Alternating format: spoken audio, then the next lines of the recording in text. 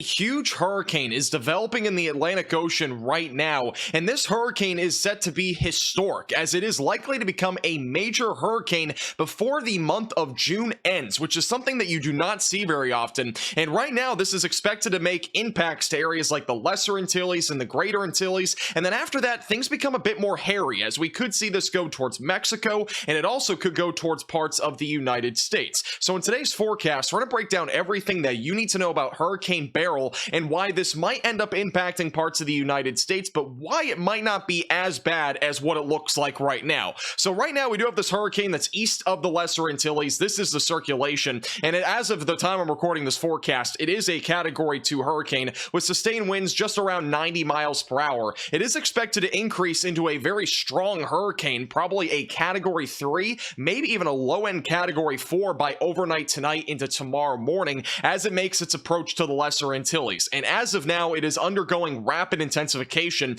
and unfortunately the water is just so warm in this area, and the shear is also very low, which is basically translating to this having a very favorable environment for rapid intensification. Now this is the geocolor imagery on this particular system as of very early this morning, and notice how the eye wall is actually beginning to fire off already. It's actually starting to organize there in the center. You can barely pick out that eye. It's actually become a little bit apparent there over the last few hours, and as of now there are a lot of thunderstorms around this particular system. So this thing is really starting to intensify very quickly, and again, it's expected to become a Category 3 hurricane more than likely tonight. If not, it will happen probably sometime tomorrow morning. This is a closer look at Hurricane Beryl on the infrared imagery, and again, notice how it's organizing. Those whites and black colors, those are going to be representing very cold cloud tops aloft, and usually when we see that on the infrared imagery with a hurricane, that usually means intensification is happening or there are just large thunderstorms. And right now, it is really starting to become pretty apparent. We had some glimpses here of the eye. Again, notice that little yellow and green there in the middle. That is actually the eye of this hurricane, and it became very apparent there just for a brief stint. So again, this is definitely starting to intensify as it continues to move towards the Lesser Antilles. Now, this is the latest National Hurricane Center outlook on this particular hurricane, which again, at the time I'm recording this forecast, Hurricane Beryl is a Category 2 hurricane with sustained winds around 90 miles per hour. Again, notice it is right now just to the east of the Lesser Antilles, but as we go throughout the day today, it is expected to become a major hurricane, most likely tonight. And as it approaches the Lesser Antilles, it will bring impacts like storm surge, flooding, and also high winds, as it is going to be a major hurricane near St. Lucia. As we go throughout the day Monday, it will start to move into the Eastern Caribbean Sea. By Tuesday morning, this will probably be at its peak of intensity, at least throughout this cycle, and more than likely, it is going to be a very high-end Category 3 hurricane with sustained winds near 125 miles per hour, but I wouldn't be surprised at this point if it got to a Category 4 hurricane. By the time it moves to the west, it'll continue to move towards areas like Jamaica. It is going to start to go into more of a sheared environment, meaning that we will likely start to see some weakening, but it's overall still going to remain a hurricane as it moves towards areas like Mexico.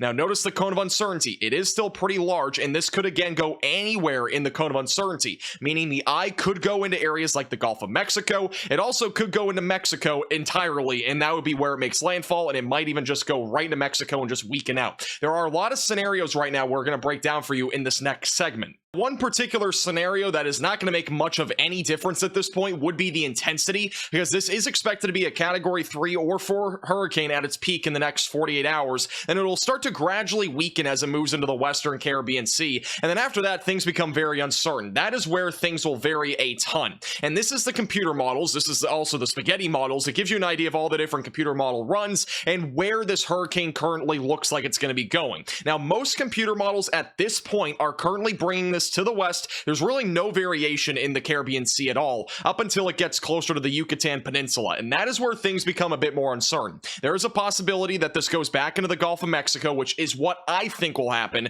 and there's also a potential that this goes right into Mexico, kind of crashes into the Yucatan, and eventually actually goes into the mainland of Mexico, where it would just kind of die out with flooding rains being the main concern. But honestly, in my opinion, I do think that this is going to curve right back into the Gulf of Mexico, and I do think there are going to be some impacts either to Texas or Louisiana, or perhaps both. I'm not sure exactly what's going to happen from there, but again, this is over 7 days out, so obviously if there are any impacts, we still got about a week, and things could very easily change in between now and then. But my personal thinking here is that this will somehow go towards those areas with a high pressure system that is currently located back over near Florida, and as it gradually pulls away to the east, I think this will start to kind of circle back in either Texas or Louisiana. Again, it's a long-term forecast. It could very easily change, and it could easily go towards Mexico and go into mainland and really not impact the United States at all. But just a personal forecast here, I do think it'll go towards Texas or Louisiana. Here are the GEFS ensembles with this particular system, and again, notice these orange and red areas. That represents that this will continue to stay as a hurricane or even a major hurricane. After that, overall, all these greens and yellows are for the most part representing this as a tropical storm or a low-end hurricane.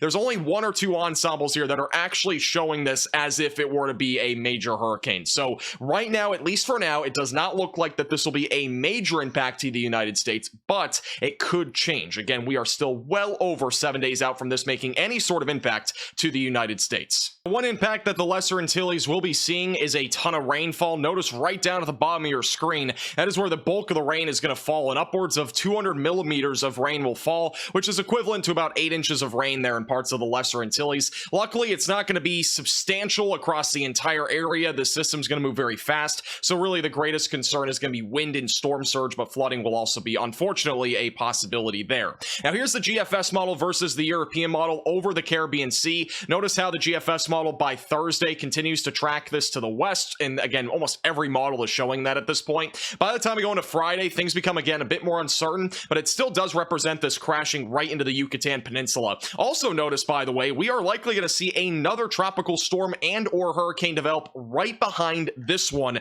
as we go into the late week. So unfortunately, even if this doesn't impact the United States in terms of Beryl, the other one might. So it's something to watch for sure. Right now, as we go into Saturday into Sunday, the GFS model does have this going into the Gulf of Mexico and eventually crashing into parts of southeast Texas, which is a unfortunate situation if that does happen, because if it does, it's likely going to slow down and dump a lot of rainfall. As I mentioned before, though, those sorts of details are very uncertain. Also notice the GFS model brings this other system to the north into the Bahamas, and then it kind of weakens out. So again, this track could also change, and it also might go somewhere else. We don't really know yet because it's just so far out. The European model, on the other hand, does have this crashing into the Yucatan Peninsula and then eventually going into parts of the southwestern Gulf of Mexico and eventually crashing south of Texas, which would be better for the United States, but obviously worse there for Mexico, with flooding rains being more likely than not if that ends up happening. So a couple different things that could happen out of this particular event.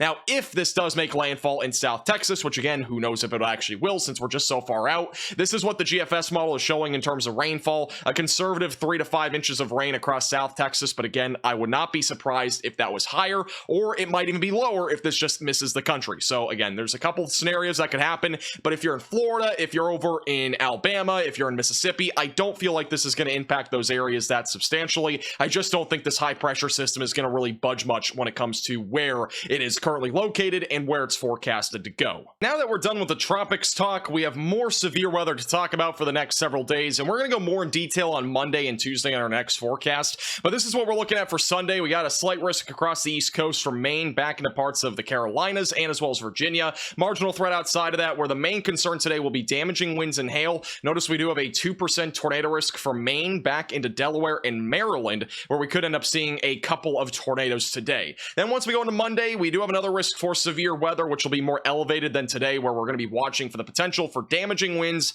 large to very large hail, and an elevated corridor for tornadoes back over in parts of Nebraska. And we will probably be live tomorrow. I'm not sure if we're going to be live yet today, so just make sure you're subscribed to the channel if you're new here. This is what the future radar looks like for southern New England today, which is one area that I do think we're going to have more storm activity. This is by 2 o'clock this afternoon. Storms will fire up, and again, a lot of these will be mostly hail producers. The hodographs, which means basically the spin as we go throughout the atmosphere, aren't really that organized. I don't think we're going to have a whole lot of spin today, but if any storms do stay discreet, we very well could see an isolated tornado. By 3 to 4 o'clock, storms are moving into Boston and as well as into southern Connecticut and maybe even Rhode Island. By 6 o'clock or so, we're going to have a second round of storms fire off in basically the same exact area as the first one, and across parts of New York and all the way back into Massachusetts, where more hail and wind will be possible. I think if we do have a tornado risk today, it's going to be a bit more elevated this evening, and eventually by 9 to 10 o'clock, this is more of a line of storms moving across Massachusetts, Massachusetts, Rhode Island, Connecticut, and also back through Long Island and New Jersey. And then as we go into the overnight hours, it moves offshore.